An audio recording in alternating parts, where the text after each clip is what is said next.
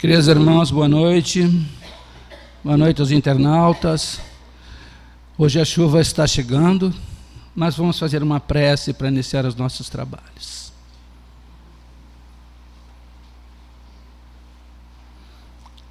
Obrigado, Senhor, por mais um momento e um dia que nos concedes de vida.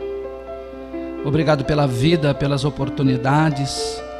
E permita-nos, Senhor, que os bons mentores, amigos, protetores, possam se fazer junto de nós, nos permitindo a compreensão dos Teus ensinamentos e dos esclarecimentos. E que Tua luz e Tua bondade se eternizem nos nossos corações. Alivia as ansiedades e as dores dos aflitos. Consola-nos, Senhor, à luz do Teu imenso amor. E em nome de Deus, de Jesus e de Bezerra de Menezes, mentor espiritual da casa, damos por aberta a parte doutrinária dos trabalhos de hoje. O tema é bastante significante. Não vim destruir a lei. No Evangelho segundo o Espiritismo, no primeiro capítulo, no início do Evangelho, está esse tema. Mas o Espiritismo precisa fazer entender por que nós somos considerados a terceira revelação. E para que nós possamos entender esse mecanismo, é preciso que nós conheçamos um pouco das outras duas revelações, que foram a de Moisés, que recebeu as tábuas da salvação, recebeu as leis, e ele constituiu naquelas leis as ideias dele próprio, dando um caráter divino por todas as leis, pelos 10 mandamentos.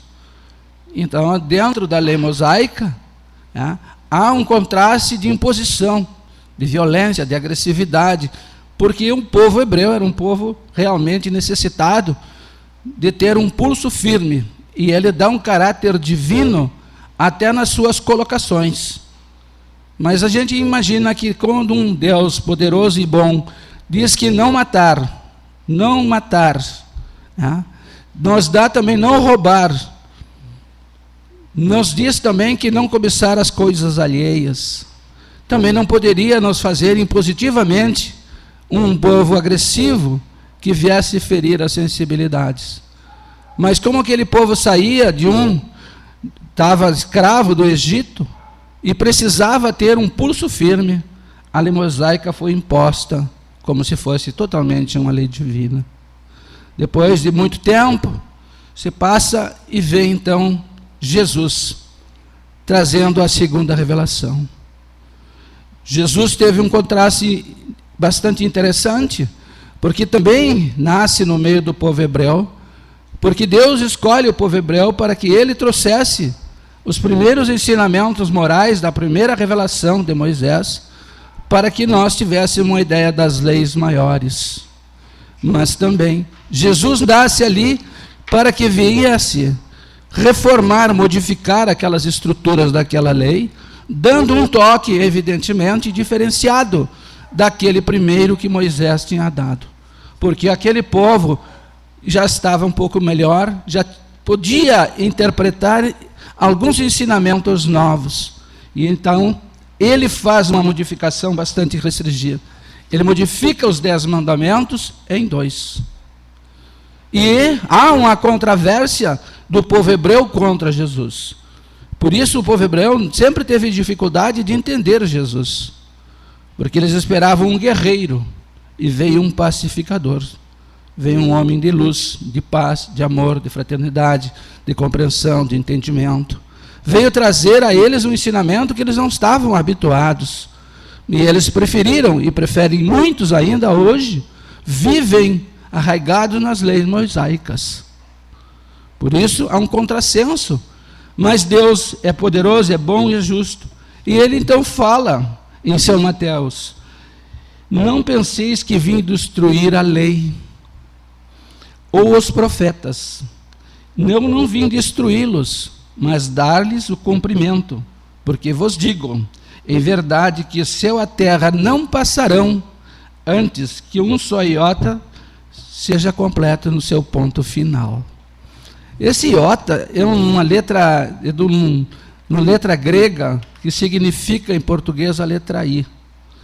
Então Jesus vem dizer que ele não vem descumprir as leis dos profetas, nem modificar a lei mosaica, mas vem dar a ela um novo sentido, um sentido diferenciado, um sentido onde nós poderíamos entender melhor aqueles ensinamentos, aonde a gente pudesse entender que Jesus não permitia, não concordava que aquele Deus violento, agressivo, fosse o Deus do amor, o Deus da paz, o Deus que ama todos os seus filhos de igual para igual, independente de credos, independente de raça, de tudo que podemos imaginar.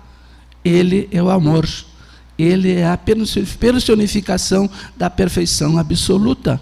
Então eu não podia ter um contrassenso de um Deus vingativo, um Deus mau, que manda matar um, manda matar outro, em detrimento de um povo que para ele seria o escolhido de Deus, como se os outros não fossem os filhos de Deus. E Jesus veio trazer esse sentimento do amor, veio trazer para nós aquilo que nós estamos precisando para começarmos um novo momento na nossa vida. E ele fala, amar a Deus acima de todas as coisas, e ao próximo como a si mesmo. Aí está contida a lei dos profetas e a lei de Deus. Essa é a lei. Então, ele faz um conjunto só, todos aqueles outros, e faz com que nós possamos refletir, que nós possamos repensar. Vamos amar a Deus acima de qualquer coisa. E quando a gente crê em Deus, confia em Deus, nós conseguimos ter mais êxitos em tudo aquilo que nós propomos, porque nós temos um estímulo da fé divina. Mas quando nós duvidamos e não estamos certezas, nós nos tornamos criaturas inseguras. E muitas vezes nós damos passos em falsos na caminhada da vida, porque nos falta o sentimento da fé, da confiança em Deus. Parece que vai nos faltar o chão. E nós então acabamos caindo no vazio. Porque falta a fé, falta a confiança no Deus. Porque ainda nós não aprendemos a nos amar. Nós não entendemos o amor ainda em relação a nós próprios. E isto nos dificulta a jornada, nos cria problemas de toda a natureza. E ele fala mais depois disso. O céu e a terra não passarão enquanto tudo não seja cumprido. Então, enquanto nós não amarmos a Deus e não amarmos a nós mesmos, nós teremos que voltar. Aí está um dos princípios da reencarnação. Não há como você amar a Deus se não voltar para aprender. Aqui é a grande escola, onde todos nós viemos com necessidades diferenciadas, com onde cada um de nós tem seu valor intrínseco diante da missão que vai representar no meio e no mundo em que estamos inseridos. Então nós não podemos nos considerar mais criaturas frágeis. Ah, mas eu sou tão pequenininho, eu não posso fazer isso. Não. Ninguém é pequeno em demasia. Ninguém é tão insignificante que nada possa fazer. Porque as grandes montanhas são constituídas de pequenos grãos de areia. E cada uma delas, cada grão, tem a sua missão, tem a sua finalidade. Então, por isso, as diferenças que existem entre nós, elas são compensadas quando nós equivalemos à nossa unificação, à nossa união de pensamento. Quando nós nos juntamos, quando nós nos aglomeramos, e nós formamos a grande montanha da esperança, da fé e do amor. E isso pelo sentimento que nós temos em comum, que é o amor em Deus. Embora os desinteresses, os outros interesses, sejam nossos diferenciados, mas no conjunto da obra, nós conseguimos uma perfeição relativa. Por isso Bezerra sempre fala, juntos seremos fortes, pontos separados, somos meros pontos de vistas. Bezerra tem esse ditado, fala desse mentor da casa.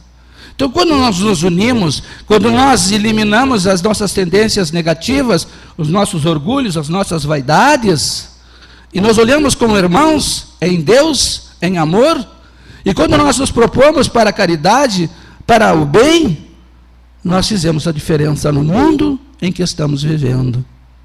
Então, Jesus traz para nós essa verdadeira lição de amor e de compreensão.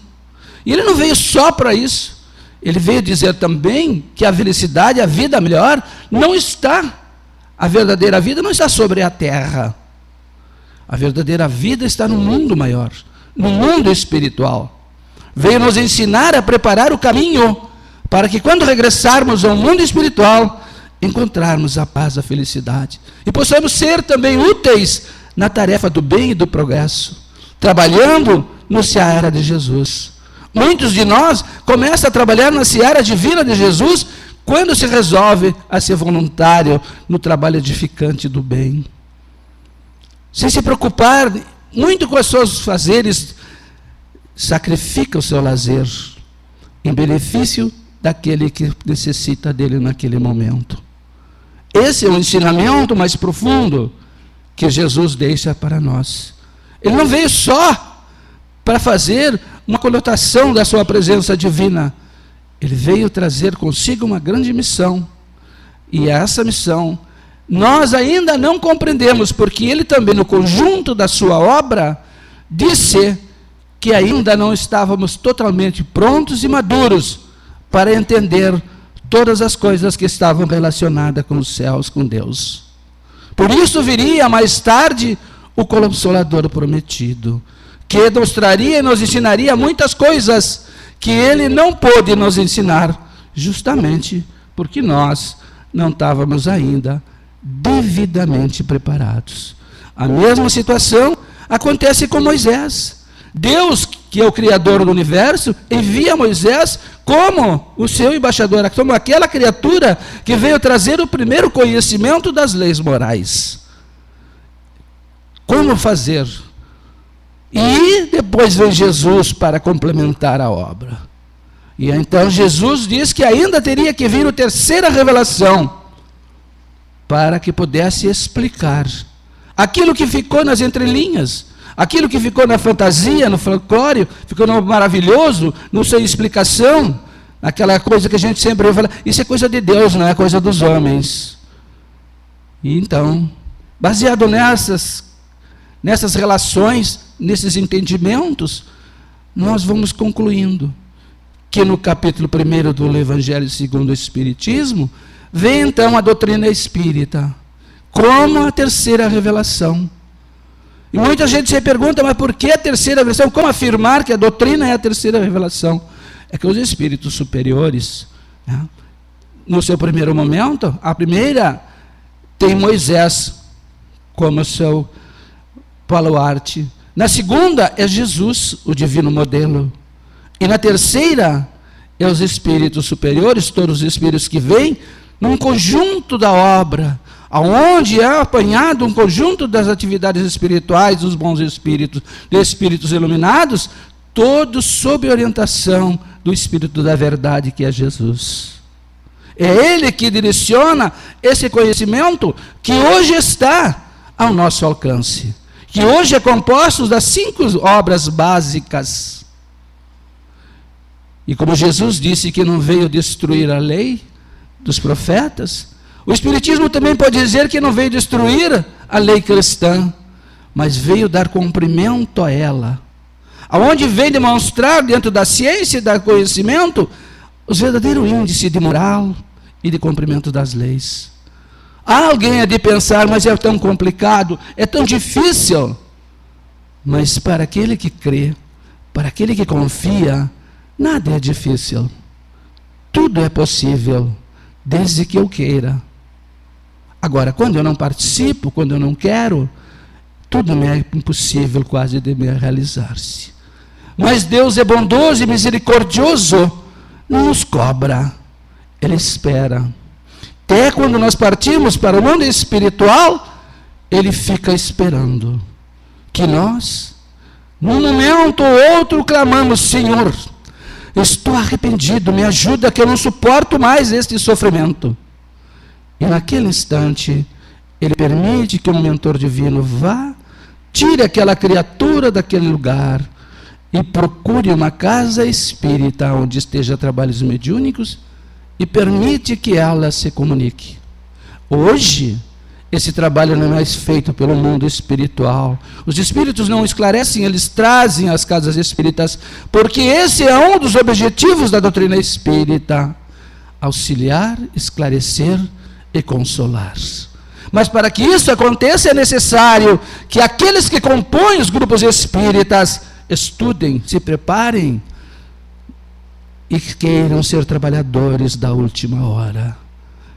Para isso, não é necessário que ninguém os imponha. As suas próprias consciências, mais cedo ou mais tarde, cobrará de cada um de nós o posicionamento que não tivemos diante da lei, diante do amor, da caridade e da fraternidade. E nós mesmos nos questionaremos: o que fiz da vida que me deste, Senhor? O que fiz? O mundo material é extraordinário, me oferece coisas belíssimas, de gozos materiais. O corpo físico me fascina, mas a minha consciência registra, e nela estão as leis divinas, estas leis que Jesus veio cumprir, e as mesmas leis que o Espiritismo veio anunciar, para dizer-nos que a reencarnação é um fato consumado, para dizer que a vida é eterna, para dizer-nos que ninguém morre, que ninguém foge de si, por mais que queira esconder-se, que não adianta se suicidar, que não adianta se lançar nos vícios para superar dificuldades. Adianta levantar a cabeça, erguer-se, orar a Deus, confiar nele e procurar ajuda.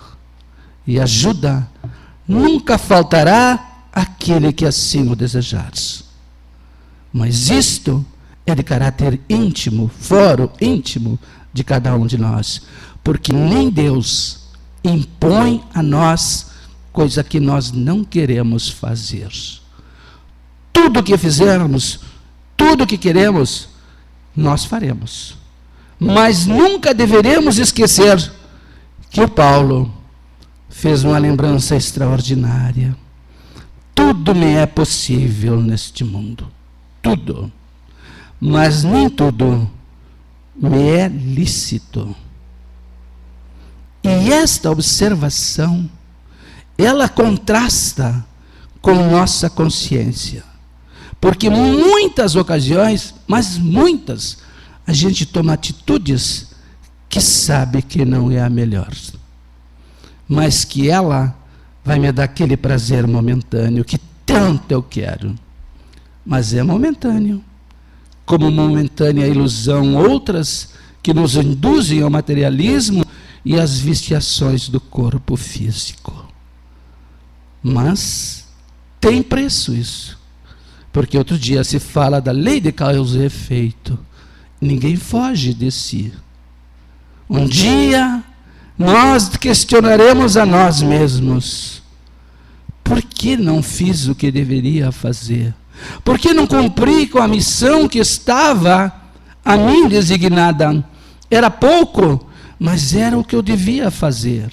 Para que eu fosse sustentáculo do pé da montanha, era preciso que eu tivesse ali com o meu grão de areia, para que ela não se desvanecesse, para que ela não se terminasse, ela não escorregasse. É necessário o conjunto da obra, a sincronia. E sincronia se dá com o amor, com a compreensão, diante das tarefas que nos são dadas, que são desafios que nós mesmos queremos, escolhemos, aceitamos antes de aqui vir. Por isso, muitas vezes, a gente se acha pequenino, se acha insignificante, é um termo muito comum. Ai, mas eu sou tão pequeno para tal coisa, eu não me animo, eu sou tão insignificante. Não é verdade. Você também tem a sua importância. Você pode não ser o primeiro da fila, mas você é o sustentáculo do trabalho. Você pode não ser um médium que seja extraordinário, mas você é o que pacifica a prece, você é o que sintoniza a sincronia da bondade e do amor. Você é o equilíbrio da balança.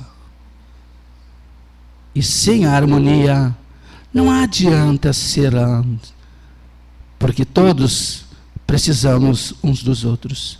O universo é feito sincronicamente perfeito. As coisas se sustentam umas sobre as outras numa força magnética extraordinária. Ele movimenta-se, nada é parado, nada é estático. A movimentação é constante. É a mesma coisa que nós. Nós não paramos. Nós estamos sempre em movimentos, porque os nossos pensamentos, eles divergem. Por isso, a vigilância do pensamento nos propicia a compreensão e o entendimento das leis do Senhor. E isso cabe a cada um de nós. Não é difícil. E o Espiritismo veio para complementar estas verdades. O Espiritismo nunca vai ser a religião do mundo, a maior religião de todas, mas vai ser o futuro de todas as religiões. Porque ninguém, em relação à ciência, que começa a caminhar agora paralelo às religiões, ela vai dar a importância de vida aos fatores espirituais. E a maioria das doenças nossas está no fator espiritual, pelo desequilíbrio e a desarmonia mental de cada um de nós, que sincronizamos aquilo que atraímos como pensamento. E quando nós te dermos conta disso, nós seremos melhores. Nós iremos nos modificar sem ninguém chamar a nossa atenção. Ninguém vai ser preciso apontar o dedo para nós mudarmos. Nós iremos nos autovigiar.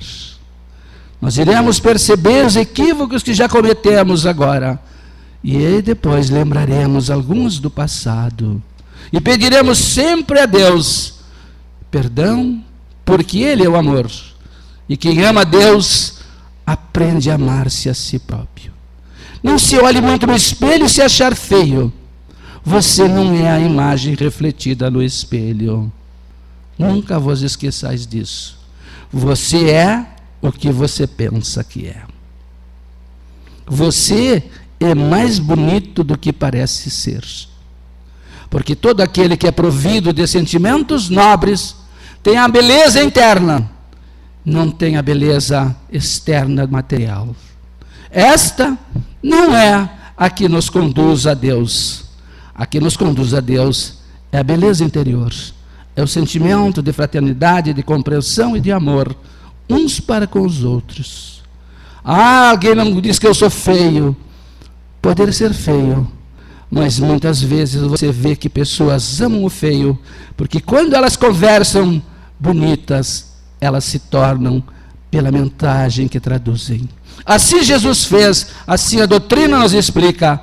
Sejamos pessoas fraternas, sejamos melhores, e todos temos condições de transformar-nos. Nada no mundo é permanente, tudo é transitório, e só depende de como eu vou entender isso, como eu vou agir diante das provações que hoje batem à minha porta. Não é castigo, é necessidade para que amanhã eu possa chegar e sorrir, nem que seja no mundo espiritual, porque Jesus diz que é lá as moradas do Pai, e é para lá que devemos ir, porque é de lá que viemos. O que é da terra é o corpo físico. Este volta para a terra.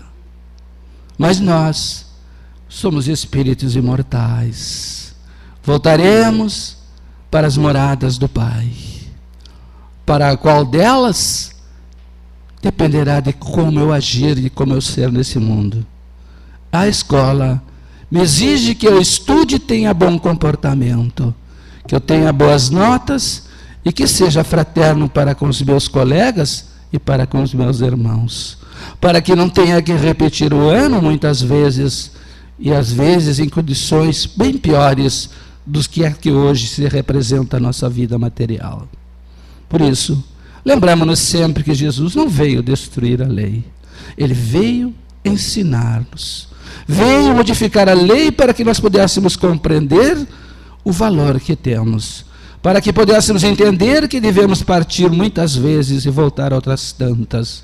Até nós aprendermos a cumprir a lei divina e aprendermos a ser melhores. E isto, quantas missões de sofrimento e de expiações, elas só dependem de cada um de nós. Por isso, o aprendizado é coletivo, mas o processo evolutivo, ele é individual. Por isso, cada um será julgado segundo as suas obras, e não segundo as obras de outros. Como deram a entender aqueles que lá no início impuseram uma religião como se ela fosse montada numa única encarnação. Os filhos, os netos, os bisnetos pagarão pelos crimes meu. Errado. Na terceira ou quinta geração, eu voltarei para cumprir com os erros que cometi. Ninguém vai vir no meu lugar pelos meus erros. A doutrina é clara e verdadeira. E hoje, nós que somos médiuns, que trabalhamos nas mesas mediúnicas, estamos evidentemente convencidos mais ainda de que isto é pura verdade. Nós sabemos.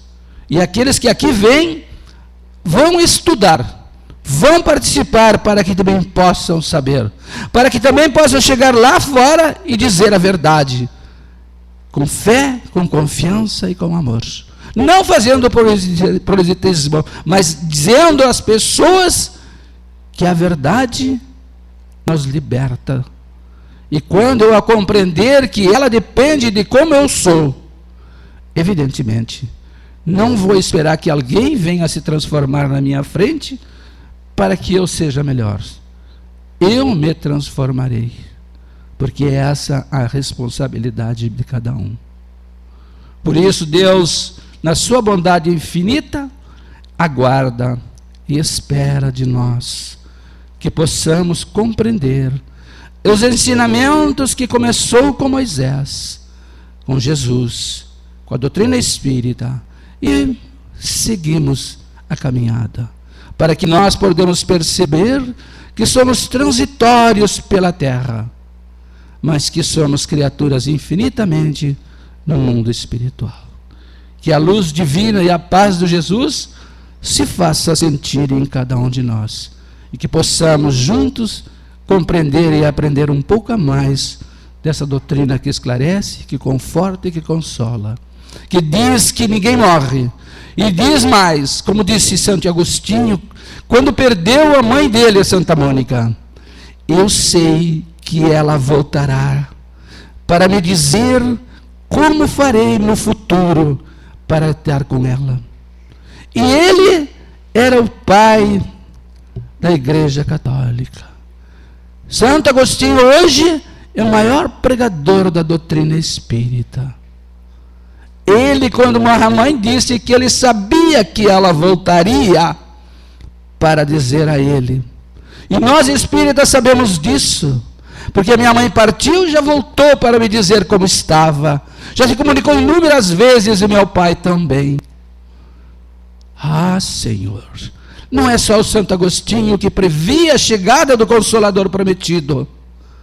E nós que aqui estamos, será que temos fé suficiente, cremos em Deus e somos capazes de afirmar que tudo não termina com a morte física?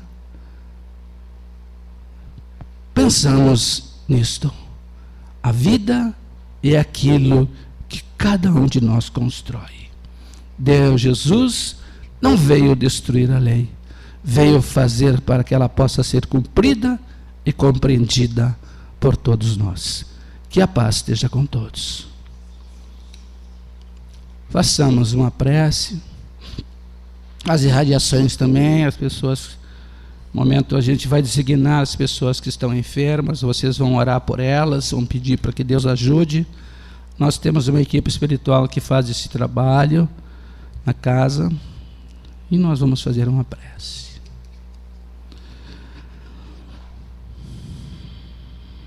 Mais uma vez, Pai,